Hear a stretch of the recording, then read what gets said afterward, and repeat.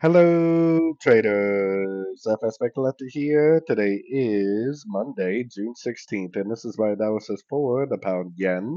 If you haven't done so yet, definitely do check out my free Discord channel. It's a link down here in the corner at the end of the video. And make sure to take a look at my website, fxpipcollector.com. Watch the video on my home screen to learn more. So anyways, on the pound yen, we're on the 1 hour time frame. The trend is definitely very heavily up on the monthly, weekly, and daily time frame, which means for me personally, I'm only looking for longs still.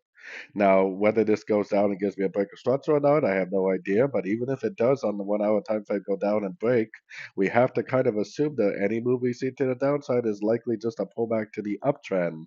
We also need to keep in mind that this move down could just make another higher low and it could just keep on going up. If it does decide to break down, the first thing I would do is throw my Fibonacci retracement on there, and I would still be looking for longs, but I would be looking for longs at a Fibonacci level of this whole move up instead of expecting just another higher low and another continuation of the uptrend like that. So definitely keep an eye on it. I mean, if the daily time frame does break down, I'll be more than happy to start looking for shorts.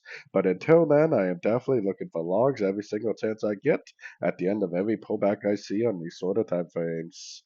So anyways, don't forget to like and subscribe. And as always, thank you for watching and happy trading.